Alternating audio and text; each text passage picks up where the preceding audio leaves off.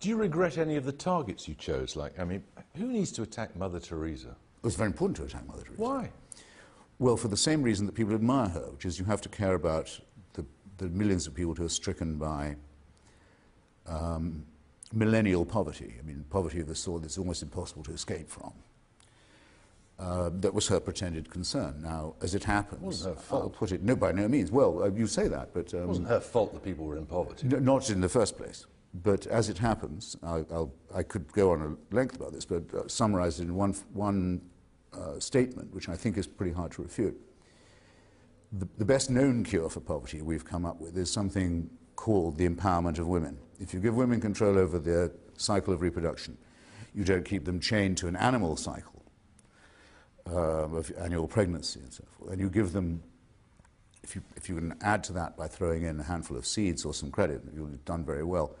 Nowhere where that's tried does it not work. You'll see, in an instant, Mother Teresa spent her entire life campaigning against that. She thought that contraception and abortion were morally equivalent and that abortion was murder. Now, that's not what Calcutta needs, and I think her teachings and preachings were actually counter to the cause that she's supposed to represent. So I thought it was very important to point that out. And to be clear about what you're talking about here, you're talking about the Bible and the Quran. Yeah, well, and the Torah, yes, yeah. All of these are works of fiction. All of these are depraved works of man-made fiction, yeah. And in what way does saying that you find the Quran laughable in places, in what way does that help the spread of reason?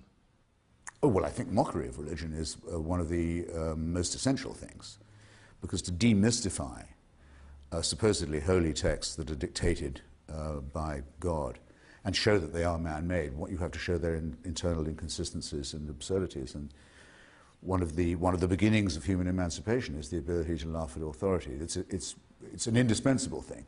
People can call it blasphemy if they like, but if they call it that, they have to assume that there's something to be blasphemed, some divine word. Well, I don't accept the premise.